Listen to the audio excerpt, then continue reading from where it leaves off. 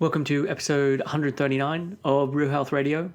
You can find the links talked about as part of this episode at the show notes, which is www.7, so the word all spelled out, seven-health.com/139. A couple times a year, I take on clients, and client work is the core of my business and how I spend the vast majority of my time. And after working with clients for the last decade, I feel confident in saying I'm very good at what I do. And yes, I help clients with various symptoms, but actually it's much bigger than just removing symptoms. These are struggles that these individuals are obsessed with and are defined by. Their problem has become how they identify and think about themselves. My clients have often worked with multiple practitioners and are on the verge of giving up, and it really isn't uncommon for me to be the fourth or the fifth or the sixth person they've come to. And where I see myself being different to others is by combining science and compassion. So I'm evidence-based in what I do and have a strong grounding in physiology and why the body is functioning how it is.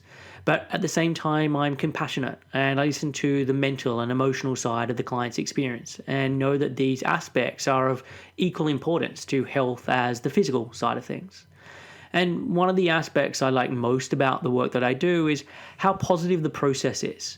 People believe that they're going to have to give up so much, that it will be painful in so many ways, but they'll convince themselves that it's better for their long-term health. But what they find is that the change actually adds to their quality of life. They enjoy the change and their new life. Their physical, mental, and emotional health improves now, not in some distant, far-off time in the future.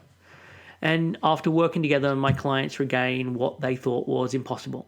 Having their period again, conceiving, feeling energized, purposeful and alive, and walking by a mirror without the dread of seeing their own reflection.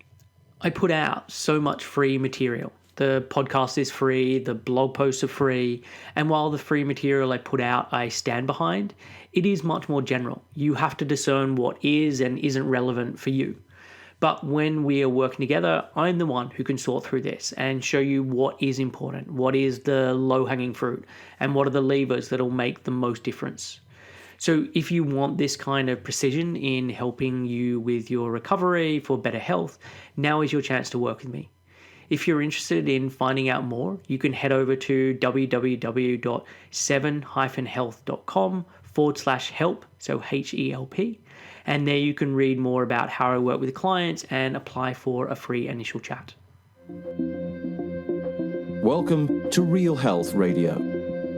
Health advice that's more than just about how you look. And here's your host, Chris Sandel.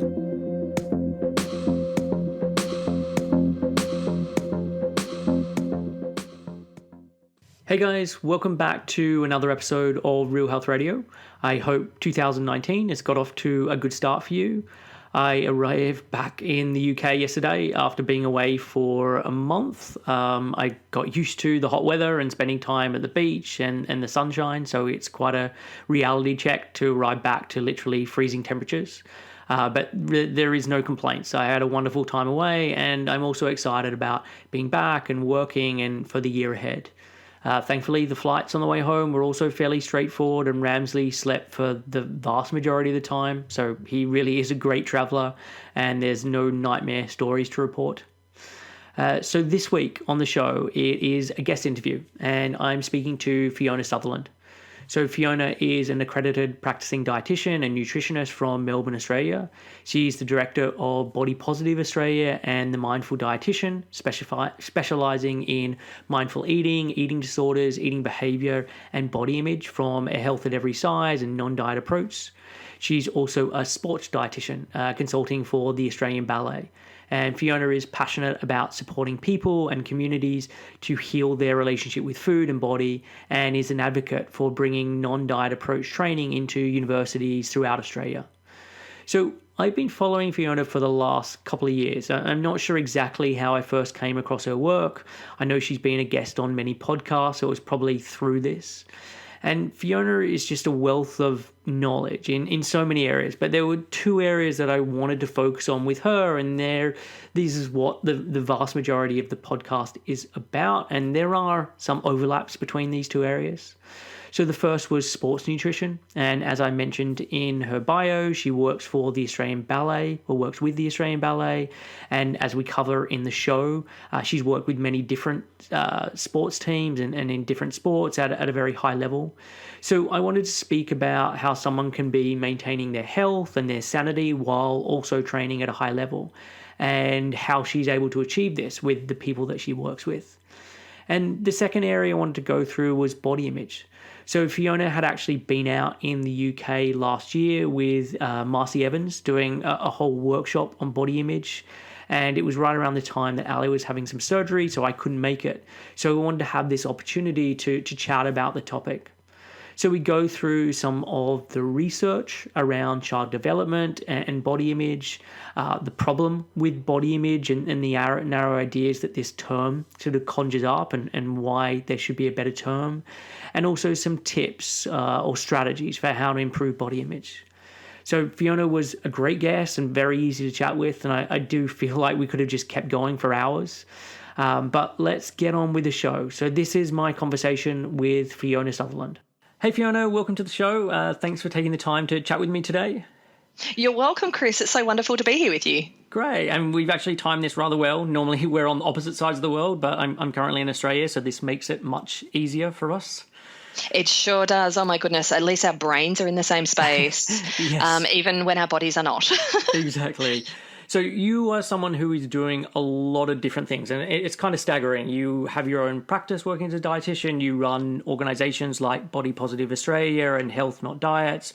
You work with the Australian Ballet School. You lecture in dietetics at Deakin University. You run your own workshops around Australia and New Zealand and other parts of the world like the US and UK, and you have your own podcast. So it's a little exhausting looking at everything you do, but it gives us a great scope for things to be able to chat about today. And so, yeah, I'm excited to see where this conversation will go. Yeah, thanks, Chris. Yeah, it's just it's a big juggle. I feel like I get that sense of, okay, which ball's going to drop next? So Yeah. when I hear it aloud, when you kind of list all those things, I'm like, oh, Yeah, and then I forgot to put in sort of mother there as well. So there's another thing that is obviously time consuming. Yes, absolutely, and a extremely valuable part of my life, of course. Yes, exactly. Yeah. So look, I'm guessing many people in my audience are already aware of who you are and have maybe listened to either your podcast or you on other podcasts. But for those who are unfamiliar with you, are you able to give a bit of background on yourself? Yeah, sure.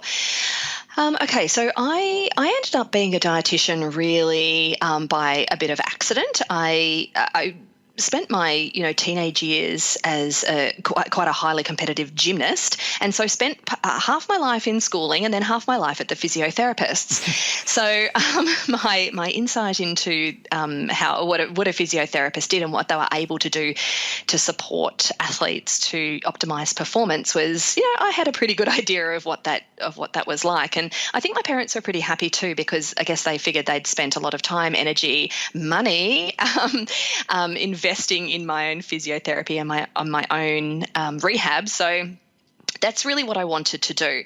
And as the universe has in its plans, I ended up not getting into physiotherapy, and I was devastated. But long story short, I ended up getting into, I did a science degree at Melbourne Uni here in Melbourne, and then I ended up doing a Master's of Nutrition and Dietetics.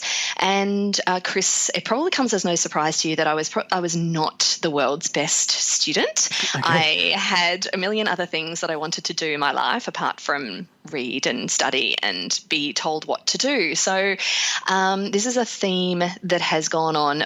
My parents tell me since the day I was born, there's somebody who doesn't particularly enjoy being told what to do and told what to think. So I like to think this has helped me in lots of ways, but then seeing it repeated in my own children, I really see that frustration there. So through my kind of early years in dietetics, I travelled a lot. I lived in the UK for 2 years. I lived in Canada for 2 years, and just really gave me an opportunity to understand more about humans and people, which was incredibly valuable, and not something that I had had a lot of exposure to really through my student years. And then I came back home, and to be honest, I felt really lost. I didn't know what I was going to do, and at this stage, I had never heard of health at every size or the non-diet approach, or I had no desire at all to head into eating disorders. I didn't have a personal experience, and although I very much grew up in diet culture and was exposed to it, as we all are in so many different ways, I also had thin and still continue to have smaller bodied privilege, which I think protected me from the sharper edge of diet culture, and also had a lot of kind of protective factors around my sporting involvement. At the same time, risk factors as well. Yeah, definitely. Yeah, and we can talk about that if you like, because it's actually really interesting. So headed further into my career, and actually the honest truth is I needed a job, and a job came up in an outpatient eating disorders clinic. And even though I had no desire to work in that field long term, I needed a job. And for a lot of fairly new grads, I think we understand the realistic nature of needing employment in our career of choice. Yeah. And so I ended up working in the outpatient in that particular service for over 9 years, actually, and it has turned into my career. Really, is understanding the nuances and complexities of people's relationships with food and eating and their bodies. And even though in those more early years I was very much working up the kind of sticky end, so to speak, of eating disorders, very very much the pathological diagnostic kind of end of things. Yeah. What I've really come to now is a much more I guess a nuanced understanding of the way our relationship with our bodies and food and eating changes over time as our life experience shifts. And now really I do work with people in communities who more self-identify as maybe overeating, or what we may call emotional eating, quote unquote, or binge eating, and kind of diet cycling, and just overall people who identify that, thinking the way that I think and feel about food, eating, in my body is interrupting my life. I want to get stuff done in my life, and this is just really getting in the way. So that's really how I've ended up doing what I'm doing. And then, over time, I guess I've kind of flowed much more into the training and education space, which, as you mentioned, my main business is the Mindful Dietitian, which is really supporting my colleagues, my dietetic colleagues, and it's also kind of by not on purpose, but it's extended more to other health professionals as well. Finding a space in a community where we can come together and explore what weight inclusivity and body inclusivity and the various kind of theories and practices which surround this, how we can bring this into our practice and into our lives, both personally and professionally, to really further our understanding of ways in which people, not only people other than ourselves, but also ourselves, how we can also walk our own talk and move into more alignment with what we value in terms of the way we work with others from a very much a body inclusive space. So that's not only about weight and size, it's also about gender, ability, age, and any other way that we show up in the world. So that's really where my passion lies now, is in really training and education. And I love running workshops, and I find that, kind of community building aspect of it it's fun, actually. It's lots of fun. And, my wish and my dream for the future really is that, as health professionals, we can come together and, contribute to so much goodness in the world through supporting people in in having more positive and connected relationships with their bodies and food and eating. So that was kind of a long story. My apologies, No, Chris. that's fine. I mean, it gives me loads that I can kind of delve into a little bit more. And I also like the fact that you have the experience of working with clients one-on-one, and so you can then talk about things from that side. And I'm thinking about for my audience, for people who are listening, so for that side, but also for practitioners, and talking about how they could be better in what they do or think about things slightly differently, etc. So I'm hoping we can sort of touch on both of those as we chat about this stuff. But I just want to go back to, I mean, you mentioned when you were growing up, you were a gymnast. So yeah, I'd love to hear a bit more about that, and especially in terms of you and your relationship with your body and your relationship with food, and how that all played out given what I kind of maybe imagine would be the life of a gymnast. Yeah, it's interesting, Chris, because I guess my own experience I see as, I guess, a little bit separate to now my role at the Australian Ballet and at the Australian Ballet School as, managing the nutrition programs there. So I guess I can speak to both of those separately. But what I find really interesting is to, give myself some space to reflect on my own experience and how it has actually much more deeply informed the way that I work now with the athletes and with coaches and with teachers and with educators and with trainers and other health professionals who are then working with athletes. As no doubt you, Chris, and many of your listeners will be aware, sporting and athlete culture is unique in so many ways, and there's a kind of a unique set of risks and vulnerabilities which are woven into the athlete culture. And certainly, the crossover in terms of risk factors and vulnerabilities between people who get themselves into a bit of a pickle with disordered eating and disordered exercise behaviours. There's a huge crossover there amongst the attributes that make for a highly successful athlete. So it is absolutely no surprise that in the athlete setting, we're going to see this quite... this crossover in terms of what we see as quote unquote normal eating in the athlete kind of setting, and then what we might regard as normal, natural, or intuitive eating in the non-athlete setting. Because on paper, a lot of the way that some athletes eat, especially some of the time, it looks really disordered. And so I think that as professionals, coaches, and maybe as athletes and community members ourselves, I think more deeply understanding how we can disentangle, a wider diet culture, and then you've got the sporting culture within wider diet culture, and how we can find our way to feeding and fueling and treating our bodies from a place of care and respect, and rather than controlling or demonizing or exacting or perfectionisting. I don't even know what that word is, but I think there's the crossover between attributes again that make for a successful athlete, and then what draws us into diet culture and into body fixing, I guess, as we might call it, all in the name of performance, can actually get very, very tricky. So I guess drawing on my own personal experience, I was a smaller-bodied person in the general community, but probably a very average-bodied gymnast, if that makes sense. Yep. So when you spend 20 plus hours a week in a leotard in front of your peers, it is arguable that you develop a different sense of your body. Now, by different, I don't mean a disordered or dysmorphic or anything like that.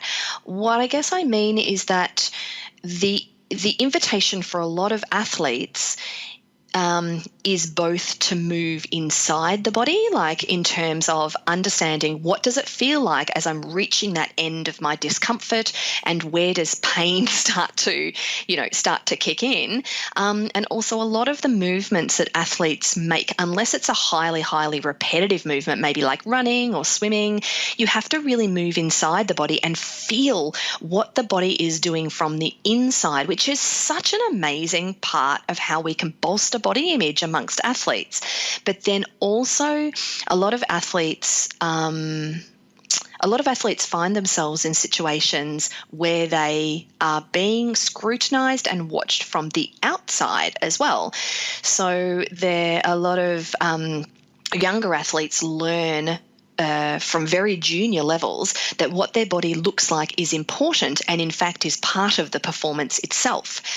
Now, in some sports, it could be argued that what we might call aesthetic sports, so things like springboard diving, ballet, gymnastics, synchronized swimming, there are lots of sports which is what we call aesthetic sports, and the appearance of the body is part of what is being judged.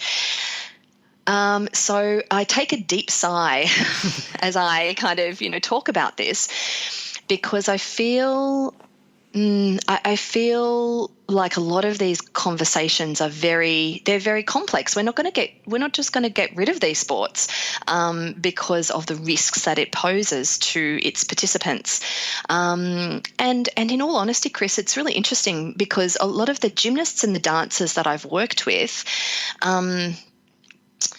given some really great protective factors, not only biological, but then also in their training environment, they're not the ones that I see highly at risk. A lot of the athletes that I work with that find themselves in a massive pickle are from sports like cycling, running, athletics, triathlon, where the body is trying to find that space between strength, power, and endurance. Yeah. And we're trying to then also balance sports science with body composition, and then with mental and physical health at the same time. So, it's actually really tricky. I personally feel like we put way too much kind of time, energy, and emphasis on the risks associated with the sports we call aesthetic, and we put way too little emphasis on the risks that are inherent in lots of other sports, like maybe what we would call weight category sports, or endurance or power sports, where you've got this really kind of messy mix of sports science and then also what the body and the mind is actually able to do. And I think that's it's a big conversation that I think we need to be having more of. Yeah, definitely. And I mean, I don't work with athletes per se, but I work with a lot of women who do a lot of exercise. And a lot of those are coming to me with hypothalamic amenorrhea. So for the lay people, that's women who are not getting their periods, and part of that is because of the hypothalamus, which is a region in the brain. And pretty much across the board, I'm trying to think of someone who doesn't fit this bill, but across the board, they are doing endurance sports in their spare time, and it is usually running, and just that level of just keeping on going, and it's normally mixed in with then underfueling as part of that, then leads to them not getting their period. I mean, is that something that you're seeing a lot of as well? Yeah, I do. I do see a lot of hypothalamic amenorrhea, and often not, but not always. That is, as you say, mixed in with some underfueling and maybe some things like some other kind of more behaviours like, weighing and counting and tracking, even things like macro tracking. For some people, that's not going to be a problem at all. And for other people, it's actually really deeply problematic. So I think that's where, the more we can have these conversations and for people to feel equipped with the skills to know, is this a problem for me? What are the particular attributes that I have which might put me a little bit more at risk of engaging in these behaviours, which actually lead me a lot down the garden path. I feel like I'm being really committed to quote unquote healthy eating or performance-based nutrition or whatever you want to call it. But But, as we said, just looping back to hypothalamic amenorrhea, it is something I see a lot. Stress has a lot to do with it as well.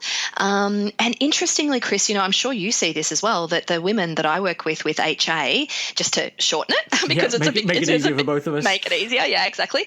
The women that I see with HA, they present all along the weight and body size spectrum. Same. So I see, do you see that as well? Yeah. Yeah.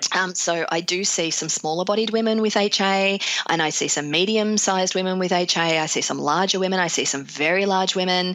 So hypothalamic amenorrhea is different to PCOS, of course, and we can talk about that if you like, which is another kind of culprit, I guess, for periods being off, as we say. But it is something that for a lot of athletes, they either see it as not a problem, because it's actually maybe more convenient if we don't get our periods, or even more worryingly, it's seen as a good thing. And I find that extremely concerning, to be honest, because it's not, because when we're working with, say, women in their late teens, early 20s, mid 20s, or, somewhere around that area, they're like, well, I don't want to have a baby anyway. Well, not at this point. So why would I be concerned? And they're really surprised to hear that actually, estrogen and hormones have so much to do with heart health, with mental health, with bone density, with all kinds of different with different biological processes. So it's not just about, do I want to get pregnant or do I not want to get pregnant, and how much of this is actually a concern. There's so much more at stake. And the fact that we're kind of, I guess, we're normalizing it. By we, I don't necessarily mean you and me. I just mean athletic culturally, it's a very normalized, and it was a real concern. Yeah. I mean, I think the other category is women who are then on the pill who then don't discover that they got HA. And so That's it's exactly right. Then sort of 10 years down the line when they think, hey, maybe I'll come off the birth control pill now because I am thinking about conceiving, or maybe this isn't the best thing for me to be on long term. Let's just see what happens when I come off. And it's at that point that they then discover that it's a problem, because up until then they were getting the monthly bleeds because of the medication. Yeah, that's exactly right. So no, that's actually probably a lot more common than we think, that, we are led to believe that it actually is a menstrual period when it's not. And of course, being on the contraceptive pill, it has a point, right? But it certainly doesn't protect our bones. That's the one thing. Earlier in my career, there was a little bit of, not so much dodgy evidence, but it was very mixed evidence around the protective nature of the pill with bones. But now we're really beginning to realize, especially from longitudinal studies, that being on the pill and the perception of getting a menstrual period every month or so is not protective for your bones, and that if we can find other ways for women to feel safe within contraceptive reasons, if that's their wish and their desire, but then also to be able to understand exactly what's going on in the body before women get into their 30s, well into their 30s, and then it's like, oh, this is not working the way I thought it was. And then it's often been many, many years of over-exercise, under-fueling, and it can be really hard. It can be extremely hard. Yeah. And you mentioned before about certain sports, and I think you even referenced ballet having an aesthetic component. So how do you deal with that, given the health at every size, intuitive eating approach? How does that then fit in when you're working with those kind of clients? Yeah, that's such a great question. So I consider myself extremely lucky, Chris, because I get to work with the students at the Australian Ballet School from about the age of 10. Okay. So they come in a part-time program. I think they can come in anywhere between maybe from about age 8, and then from about age 12, they're actually in a full-time program. So they do their schooling and their ballet all at the one place, all at the one time. So it kind of just saves a lot of running around between school and training and so forth. So I also want to acknowledge that is not everybody's privilege to be able to work with these young, very talented dancers from a young age. Not only do I get to work with the dancers themselves, I also get to have contact with their families. So we do, I mean, I have kind of, I've been at the ballet now for about 12 or 13 years, and over time I've just been able to chip away, I guess, at ways that we can move towards being much more inclusive of different body types. And I want to acknowledge here that when I say body diversity or different body types, I want to acknowledge that that is very narrow within ballet compared to a lot of other sports where maybe there's different positions on the court, or there's different, a lot of different ways in which you can be a really great athlete within that particular performance sport. So when I talk about variation or diversity, I am acknowledging that it's still narrow. It's incrementally changing. It's incrementally changing. You're absolutely right. And it's some companies, particularly in the States, that are now deliberately looking for much more athletic, particularly women. But still, the one common denominator is they might be different shapes and sizes, but the leanness thing is still pretty dominant. Okay. So I'm going to be hopefully pessimistic. How does that sound? Fine. It's not a bad position to be in. So what I do, and I do this very deliberately, is from their very early time of contact with me, I deliberately weave in body gratitude, body appreciation. I call it fueling. I try not to use the words quote unquote healthy eating, because even at the age of 11 or 12, that is, it's quite a complex concept, right? They're not necessarily able to be able to disentangle the cultural messages of health from, performance elements. Or more performance nutrition. So we talk about, all kinds of things. I spend about 6 hours with all the students every single year, both in group settings and then in individual settings as well. So I meet with all of the students individually. They have medicals every term. Their growth is charted.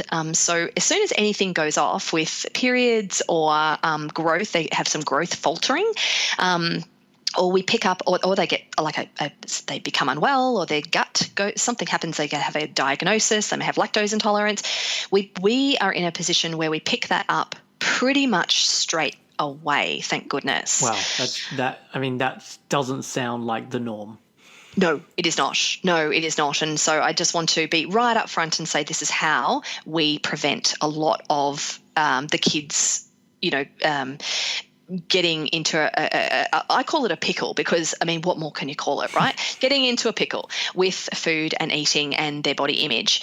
Right from the beginning, I weave in a lot of the, I guess what you and I might call body positivity, weaving in that sense of, it's not only about how my body looks, but also how I speak to it, how I treat it, how I assist it to recover from my training sessions.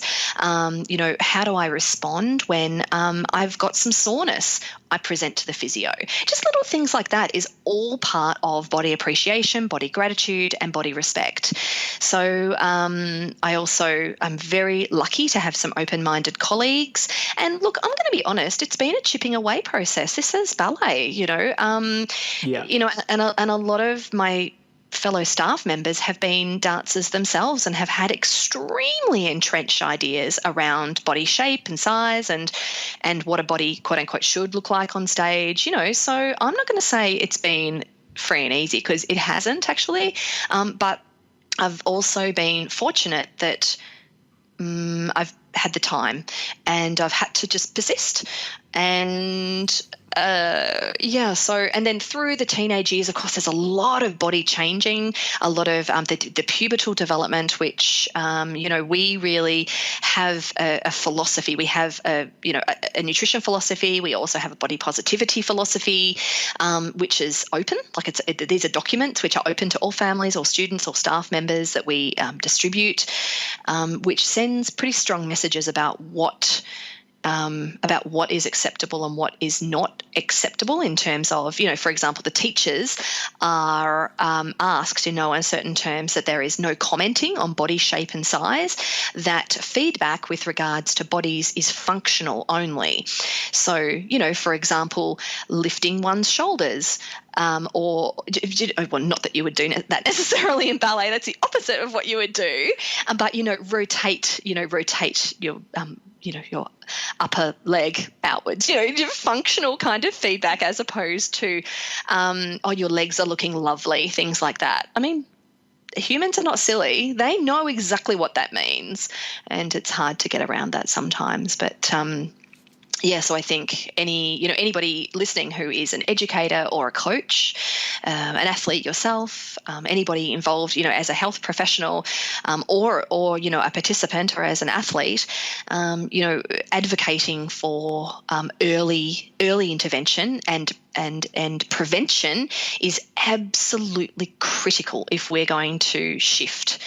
The way people are struggling at the moment within athlete culture. And I think it's not just the early intervention, it's the early intervention with all of them. Yes. So that you then create a culture. And even if that culture is only in the ballet arena and they still have to deal with all the messaging that is going on in the kind of quote unquote real world, you're still getting everyone on board. So it's not that, okay, there's like 2 or 3 of them who are getting into body positivity while the rest of them have got these, hard-nosed coaches who are telling them to do all these various diets and are talking about their weight, etc. So I think that culture probably accounts for a lot of it as well. Yeah, I completely agree, Chris. I think it's the more we can do with all athletes, the better. And I think what you really spoke to there, which I really like, is that when we are able to be really consistent with our messaging, it actually can change a whole culture. And what I find is that, and I honestly deeply mean this with the utmost of respect, the hardest thing that I find with coaches, educators, and support staff is them being able to let go of their own internalized maybe fat phobia or their own internalized weight stigma, or their own ideas around what bodies should look like and how that then translates into optimal performance. And I have the utmost respect for that. We all have internalized weight biases and internalized biases of various types. And I think it takes a huge amount of courage to say, yes, I do judge bodies. Yes, I do talk about food and eating and bodies in a certain way. And actually, I need to take a look at that. I mean, geez, none of us want to take a look at the messy stuff that we all have. Yeah, definitely. And have you been the one that has, been pushing this, and there's been a lot of, you're pushing against others, or has it been other people getting on board with you pretty early on and has really helped that change? Yeah, I guess that's a great question. What I have done, and I've done it again deliberately and kind of strategically, and by strategy I don't mean in a manipulative way, I just mean that I have actually thought through in my head, what is the best way to spread the message around body positivity, being a prevention strategy, and being an eating disorder prevention strategy, being a chronic dieting prevention strategy, being a long-term health and well-being optimizing strategy, all these kind of things, because the fact is that you don't have to ever be diagnosed with an eating disorder for food and eating and body image disturbance and dysregulation to be, to just make your life a living hell. Yeah. A lot of people kind of have this belief of, if I don't have an eating disorder, then it's not that bad. Or, if I'm not doing XYZ behaviors, it's not that bad. And I just want to tell people, your experience is valid. And if the way that you're thinking and feeling about your body and about food and eating, if you're stressing over stuff, if things just seem to be taking over your brain way more than seems reasonable, then that is worth paying attention to And the most important thing that I know, Chris, you feel so strongly about is that it is possible for that not to be the case. Yeah. It is so possible for food and eating in your body to take up what would be a reasonable portion of your day, for you to give some consideration, for example, to your next meal without being totally consumed about what this means in terms of what I ate yesterday or what I'm going to eat later on today, or, for our minds to kind of get carried away. So, to answer your original question, Chris, you can see that I'm really great at taking a segue, but then I'll come back. You do always come back, which is good. I do come back. Yeah, this is the way yeah. Your original question was about how to kind of infuse these ideas around health at every size and body positivity. And that's why I am so passionate about training and education of health professionals, because what I noticed in my own work when I was just really working with individuals, so I was working in the athlete setting. I used to work in AFL, which is Aussie Rules Football, right up at the elite level with one of our most successful clubs, and I worked across lots of different kind of elite level sport. And then I was working also in eating disorders. I was working with people with chronic dieting, so a lot of groups and individuals. And do you know what, Chris, I was noticing is it felt like a hamster wheel. It felt like every time somebody would, quote unquote, recover or, step off the dieting wagon or whatever, it felt like there were two more people there waiting. And I must admit, I found that a little frustrating. So I thought to myself, there's got to be a better way. There has got to be a better way. And at this point in time, I think I probably had 8 to 10 years in practice, solidly in practice under my belt. And I thought to myself, surely there's a way in which we can work together with people who are more what I would call gatekeepers. So other health professionals, parents are a really great kind of, or teachers are an excellent way to spread this word kind of in a more cohesive fashion, which kind of gets the word out there much more easily than in a closed room, one-on-one, and then expecting that person to go and spread the word. I think that's a hard ask. So that's why I have really shifted into this space, because I guess I just want to see it moving a little bit more quickly, I guess. Yeah, definitely. And one of the things I should have probably asked up front, so your website and your brand is The Mindful Dietitian. So how and when did you get into mindfulness, and how much is that then part of what you're doing, I guess, pretty much across the board?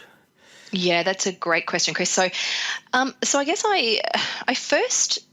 I have been, I guess you would say, a meditator so much for probably, 8, 9, 10 years or something. I've been practicing formal aspects of mindfulness for quite a number of years.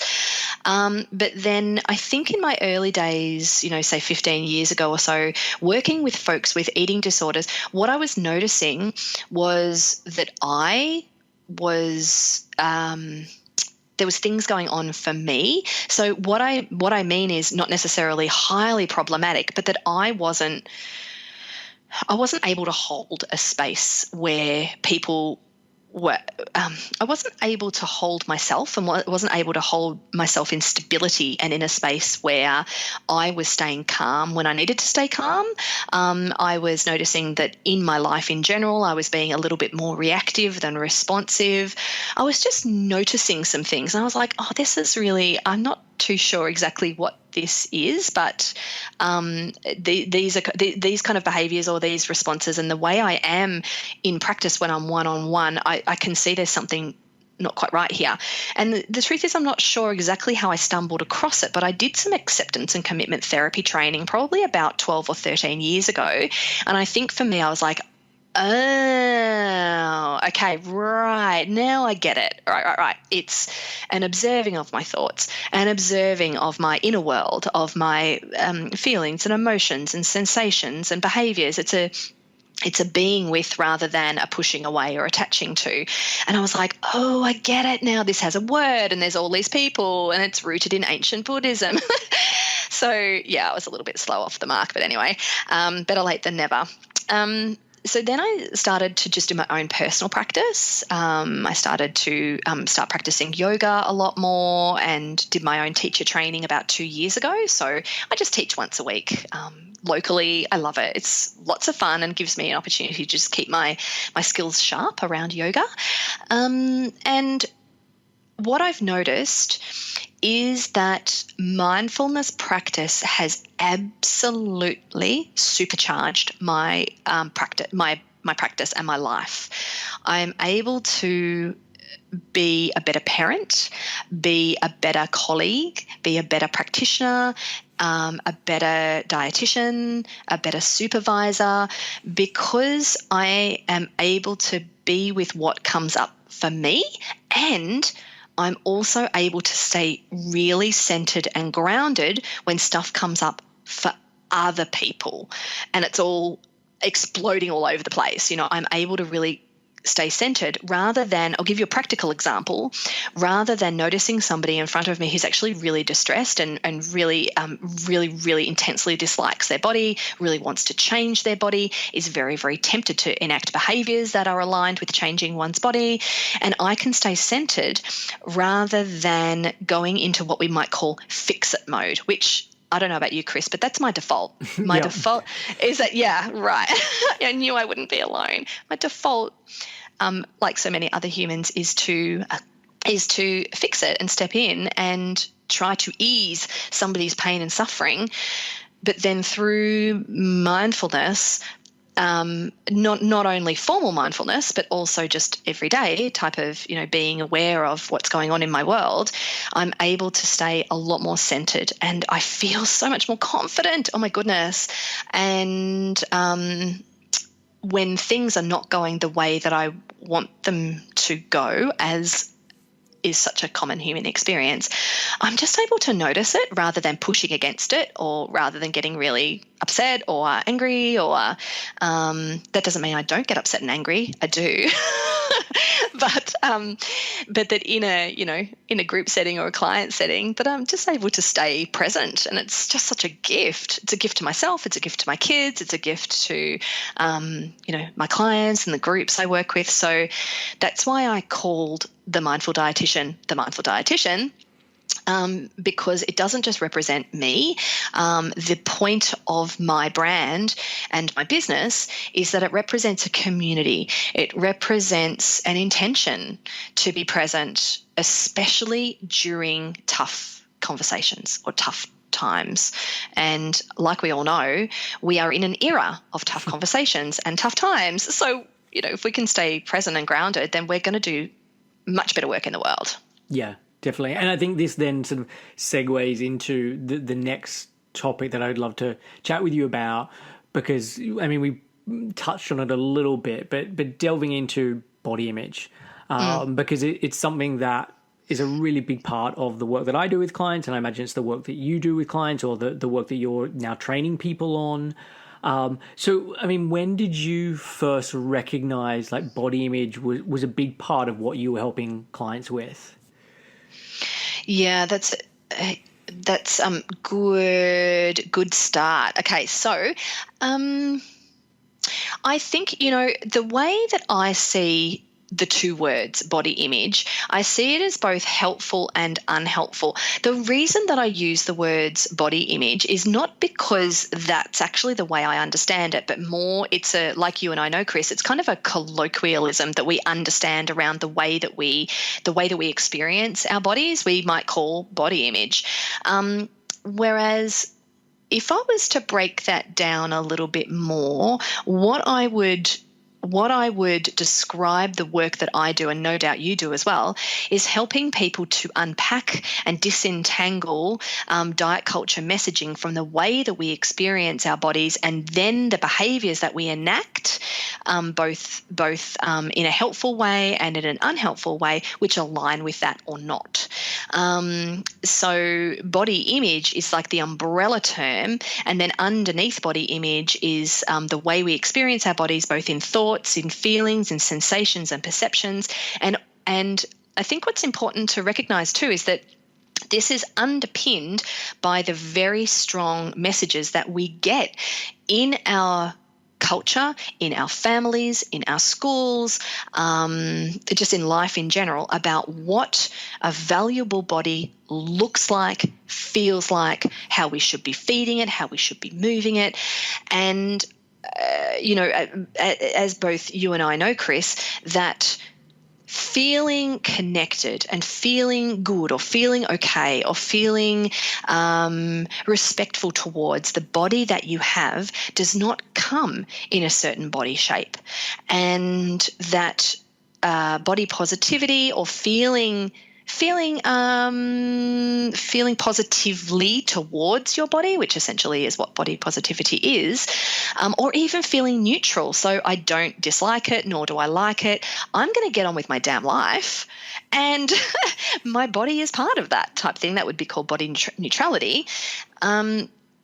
It's a difficult process for many people, and is undermined by a lot of constructs in our world and in a lot of the experiences we have around our health system.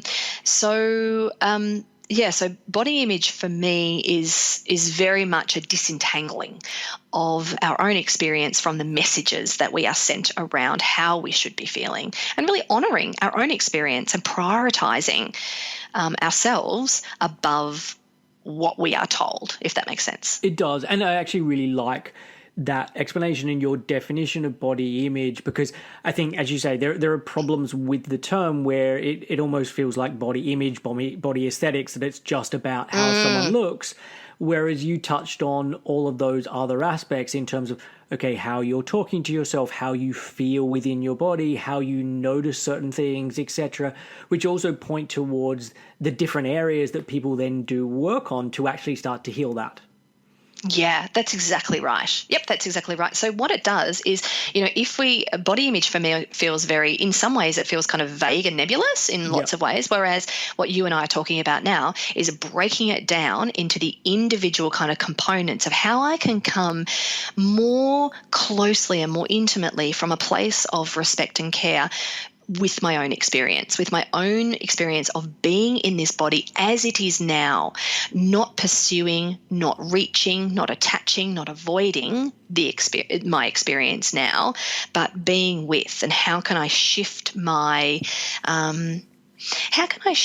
willingness, I guess, to be with my body as it is now? Because, both you and I would know, Chris, and a lot of the folks listening would say, oh, yes, I'm very happy to feel better about my body as soon as it changes. Yeah. Whereas that's not what you and I are talking about. No, definitely not. And I know as part of your lectures that you do around body image, you go through what the research is showing in that area. Like, are you able to talk about any of this? And this can be sort of generally, or you can talk about specific studies. Is there anything that particularly interesting or jumps out? But yeah, just giving people a bit of a sense of, okay, where we are with the research around it. Yeah, that's a great place to start, actually. So, one aspect of the research that I find eternally fascinating is, and I hope this is interesting to your listeners, is how we actually develop body image. How do we develop a perception of an experience of our bodies, kind of from a young age, moving through childhood? Would that be interesting, Chris? It definitely would, because it's. I mentioned when we were jumping on this call that I've got a 14-month-old, and so I've been noticing a lot of those things. So yeah, I'd love for you to give your thoughts, and then I'm going to chime in. Yeah, great. Yeah, awesome. That sounds really good, because I think that what we do is a lot of our money and resources and focus is very much on kind of older kids and teens, and then adults, particularly women. And I think we need to broaden our perspective, not only to include folks of other genders and other ages and other, say, folks from the disability sector, for example. But I think, if we're to go back down to our roots, let's talk a little bit about how we start to get an experience of our body. Okay, so what I can send you some studies, actually, Chris, if you wanted to put these in the notes. Great. Yeah. Okay. So a lot of the work that's been done around childhood body image and the development of body image, I'm super lucky because a lot of that has been done by some colleagues of mine. So Laura Hart, Stephanie Damiano, who else? Ivanka Pritchard from Adelaide, Susan Paxton, Professor Susan Paxton here at La Trobe Uni.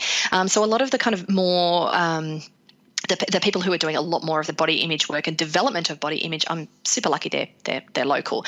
All right, so now what we best understand, and this is not only from formal body image studies so much, but also from cognitive development, because of course, as you will start to experience, or probably as you've started to experience already, Chris, the way that young children start to perceive the world, it's noticeable overnight. Even you thought, oh gosh, they weren't saying that, doing that, interacting in that way yesterday, and now they are. This is kind of magical in so many ways. So I hope I kind of get this right. And I hope I do it justice, but I just want to run through a series of how we begin to get a sense of our body. Okay, so first of all, and this is maybe something that your little one is starting to get to, is even before we have a word, we take our finger and we point it to this object in the middle of our face, which is called a nose. And often kids will point to their own nose, and they'll point to daddy or mummy or aunties or grandmas or friends' noses. And they're just that is the very, very beginning of getting a perception of a body. And usually it's nose, or I'm sure, Chris, you've got poked in the eye a million times. Yeah. Yeah, so you know that feeling. It's not that comfortable. But that's what they're doing, is they're like, that's really interesting. That's something looking at me. What's this object in the middle of a face? They don't have a word for it, and they certainly don't have a meaning for it or a value of it. So first step, pre-verbal. Pointing and poking. And then around the verbal stage, they may be able to say nose, or usually it's no, or something like that, right? Before you kind of get the full kind of the full word there. But they know what it is, and they know that object in the middle of my face is called a nose. And then as verbalizations move on, usually kids talk about themselves in the first person first before they say I. So they may say I know this is not your little one's name, but just say your little one's called Sam. So say Sam's nose. So we would say Sam's nose, and that's what they repeat. They say Sam's nose. So little kids tend to talk about themselves in the first person. It's hilarious. And then you may say Daddy's nose. And then they start to verbalize, oh, actually, my nose and Daddy's noses are different. We're two separate people. Oh, I did not realize that we were two separate people. Here I was thinking we were the one person. And you exist purely for me. And that won't end for about 10 years, by the way, Chris, that we exist purely for our children. Anyway, that's an aside. And then so they begin to see nose, my nose, your nose, my nose, Daddy's nose. We are two separate people, and here is an object. And then at around the age of 3, we think, 3.5, not only can they say my nose, your nose, but they're able to say my nose is bigger than your nose. And then the next step beyond that, around the age of 4, scary, is my nose is bigger than your nose, and that is a bad thing. So what we can see is pre-verbal, early verbal, late verbal, and then comes we're noticing difference, and then we start to compare. So we notice difference, we compare the difference, and then there is meaning in the comparison. So that's why in these younger school levels, we get so freaked out when our kids start to notice the difference and then start to put meaning on it. Because when they notice difference, that's not a bad thing. I think seeing difference amongst people is such a gift. It's amazing. We all are different. How wonderful if we could just stop at that stage, and not that we can, it's not the way humans work, unfortunately, but if we can say, oh, well, you're taller than me, I am smaller than you, my skin is a different color to yours. But no, very young, we start what I call comparison plus meaning. So it's in the meaning that we start that we start going down this rabbit hole of then kids feeling more than or less than, and that's where the trouble starts.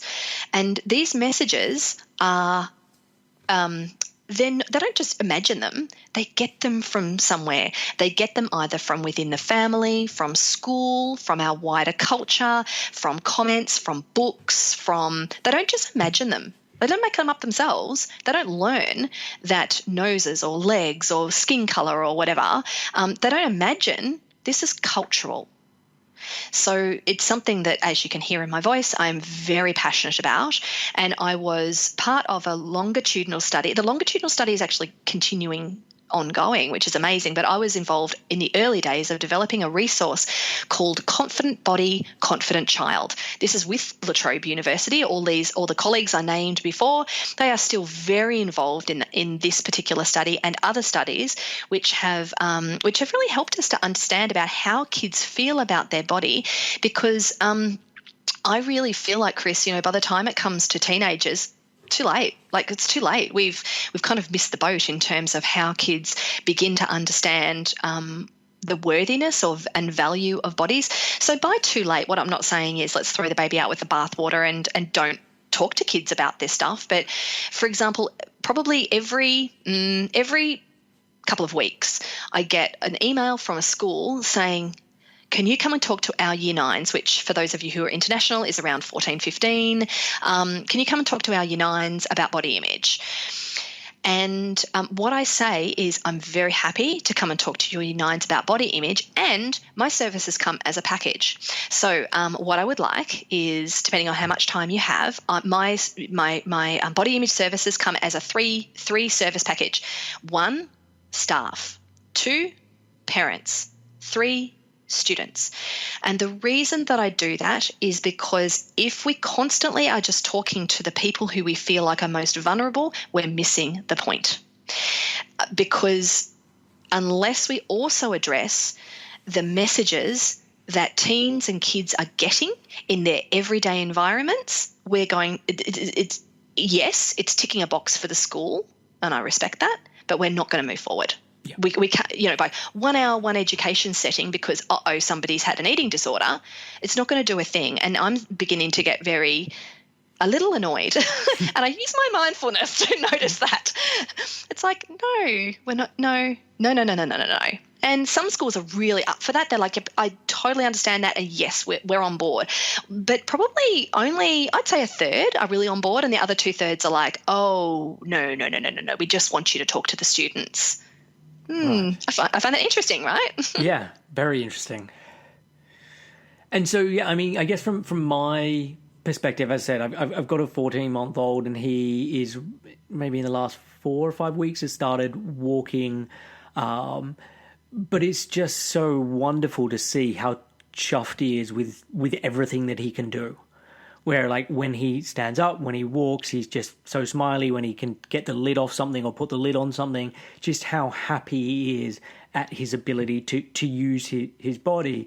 And it is just that fear of, like, I wonder when that is going to change. And it's really also made me reflect on myself and my childhood. And I am incredibly lucky for lots of different reasons. I've got privilege across the board. I've always grown up in a body that has been small and lean. I grew up with parents who never talked about dieting, who never went on diets.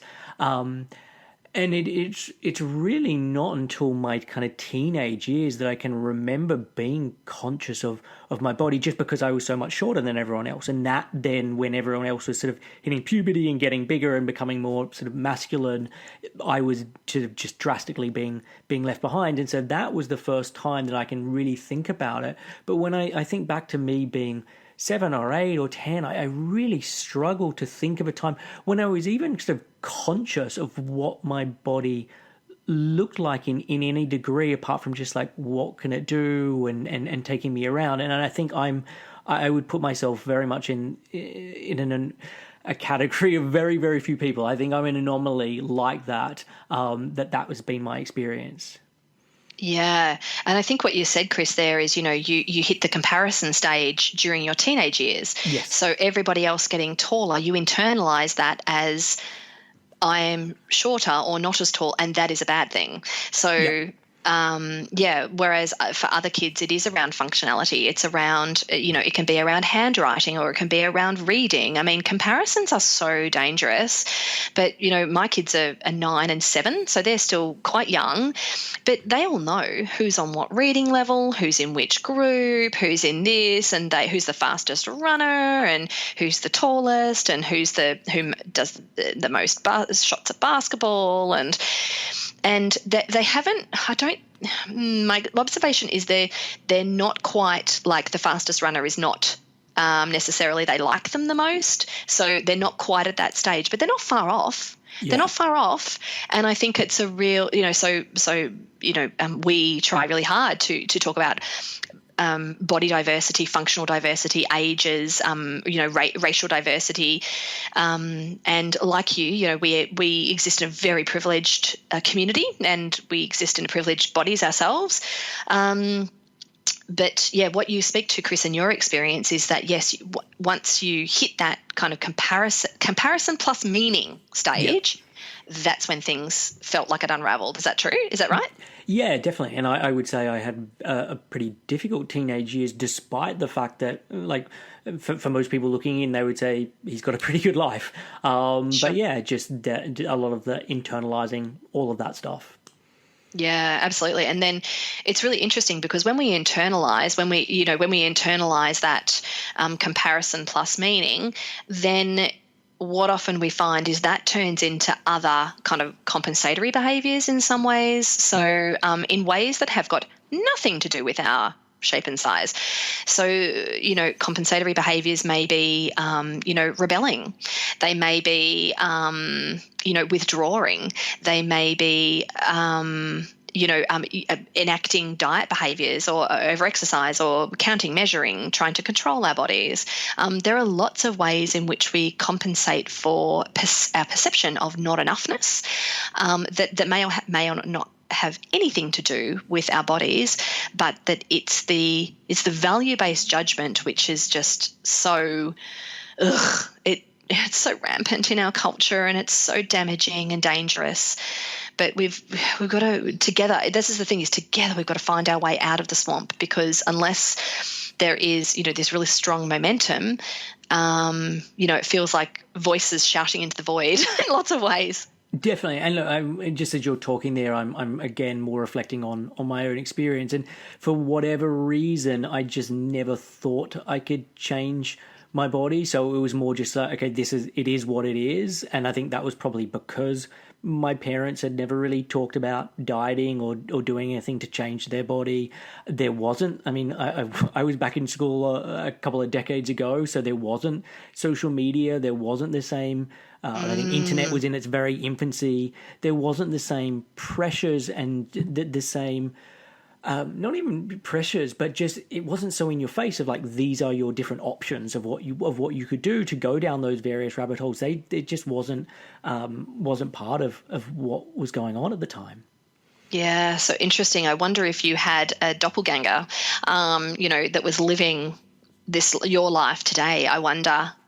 Oh, I think it would be very different. And I mean, there is no amount of money in the world that could make me be a teenager now. No. Oh, me neither, Chris. Me neither. With every grey hair I discover, I'm like, yes, this is good. Yes, definitely. And so I guess let's imagine that someone who's listening is struggling with body image, and I'm going to use body image just because it's the easiest term to use. Like, sure. Are there any strategies that you want to mention for healing this? And I understand it's going to be different depending on where someone's at and their unique situation, but are there any, tangible ideas that you can give some people? Yeah, definitely. Yes.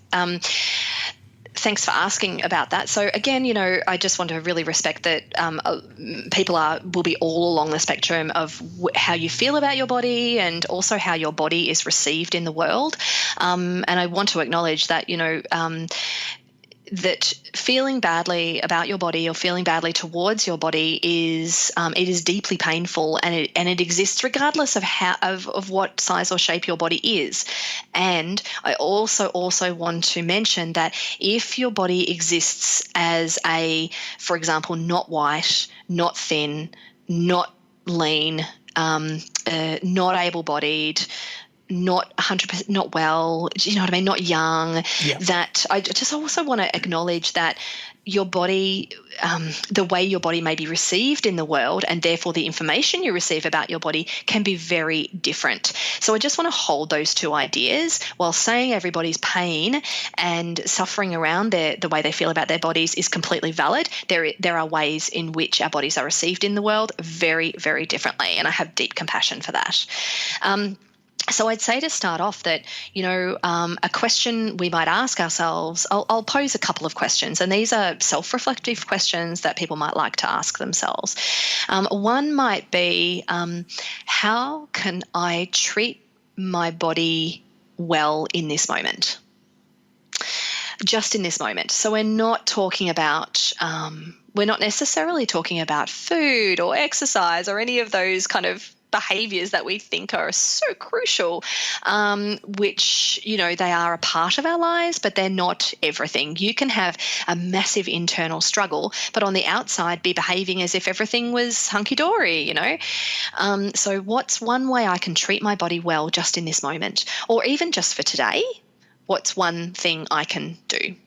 So that's kind of action-oriented, or, the action may be, I'm tired. I need to have an early night. So I'm going to have an early night. Rather than getting caught up on Netflix, I'm going to treat my body well by having some rest when everything around me is screaming, do. So it may, again, have nothing to do with other kinds of behaviours that may be more resting behaviours. What is another maybe self-reflective question is, if my body was not to change, and this is not to say that we don't wish for it to change, but if my body was not to change, how would I interact with food? What would I be eating? What would I enjoy? How frequently would I like to eat? What feels good? What tastes good? So if I wasn't trying to change my body, if my body was not going to change, how would I like to eat?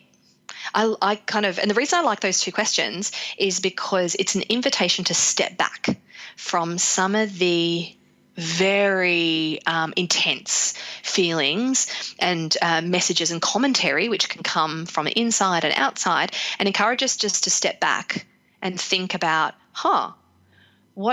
what could I do a little differently here, or what would I like to do, or what do I enjoy, or what helps me feel connected, or and those are questions that when we're struggling in our relationship with our bodies, often we don't think about that at all. We're so caught up in changing our bodies that we forget that actually there are ways in this moment, or just for today, that I can take care of myself, and that, interestingly enough and ironically enough, can actually be very powerful in heading you towards body positivity. Definitely. And I also, the simplicity of it, because I think it can be very easy to be overwhelmed with, I've got to change all of these different things and I've got to be in this completely different space, etc. And it's like, let's just do one thing. Let's do one thing at a time. And that's typically how I work with clients, is taking one step at a time and just kind of building on that, and just, as I guess, kind of raising what the new normal is. And then you take that new normal and then you just add something else in, as opposed to, trying to pull the rug from under someone and trying to change everything at once. Yeah, definitely. Well, if we were to do that, Chris, we'd be mimicking diet culture, wouldn't we? Yes. So if we don't want to mimic diet culture with body positivity, it becomes very, I don't like how that feels. Definitely. Well, look, I know we've covered a lot here, Fiona. Is there anything else that you want to mention that we didn't get to go through that you that you wanted to chat about? No, I mean, gosh, we've covered a lot of different topics together. And I guess I just wanted to loop back to offer people the idea that, it is feeling badly about your body is not a normative state. It's not something that you should have to put up with or should have to deal with. And Chris, your podcast is just such an amazing free resource for people, and that there are a lot of other free resources out there. I'm sure you point to a lot of those through your website, and as do I. And body positivity doesn't have to be this long-winded, expensive exercise. There's lots of kind of low-cost or free things around. And if you are in a financial position where you can invest a little bit more in, for example, therapy or seeing a non-diet dietitian, then I would really encourage you to do that, because it can actually really supercharge things and really accelerate the process by having somebody who is, and I would encourage people to look specifically for the words non-diet approach or health at every size, because that will be a safe space for you. You're not going to get a meal plan. You're not going to get weighed. You're not going to get scrutinized. You're going to get somebody who really gets it and who is willing to have those tough conversations with you. Perfect. And look, you are one of those people. So do you want to just tell people like where they can go if they want to find out more about you? Sure. So, all right. So, if you're a health professional, then the kind of hub for that is the mindfuldietitian.com.au, and I'm having a new website done at the moment, Chris, which is, as I'm sure you have experienced, is both overwhelming and exciting at the stage. So I've just started the process. So have you? Yes. Oh yes, then you completely understand. It's pretty full on, isn't it? At this stage, it hasn't been, but I imagine it's going to be. Yes. Okay, well, I won't reveal any of what's to come then. So the mindfuldietitian.com.au, and then our more community, my private practice, that side of things is bodypositiveaustralia.com.au. Both of those are on Facebook as well. We post really regularly. My business partner, Sarah Harry at Body Positive Australia, also has her other business is called Fat Yoga, which is absolutely amazing. She does a lot of incredible body inclusive and accessibility yoga type of things, as well as her psychotherapy. I'm very busy, so to speak, over on Instagram. I've become very enamored with Instagram over the past couple of years. So I'm at The Mindful Dietitian, and that's where you can see me. You know what I found absolutely incredible, Chris, is today I have not sworn once. Not once. Okay. Usually I am fairly fancy-free, let's just say, with the language. So I'm sitting here feeling pretty proud of myself, and I think I can probably do this for the rest of the day. So I'm going to set that as a challenge for myself. Nice. And do you want to just mention your podcast for people as well? Sure. Because I'm so creative, it's called The Mindful Dietitian. Okay, cool. Well, yeah, I recommend people check that out. And look, thank you so much for this conversation. It's been really, really great. You're so welcome, Chris. Thank you so much for having me. So I hope you enjoyed that conversation with Fiona. As I mentioned at the top of the show, I'm now taking on clients again. So if you're interested in finding out more, you can head over to www.7, so the word all spelled out, SEVEN, health.com/help, so HELP. And there you can read more about how I work with clients and also apply for the free initial chat.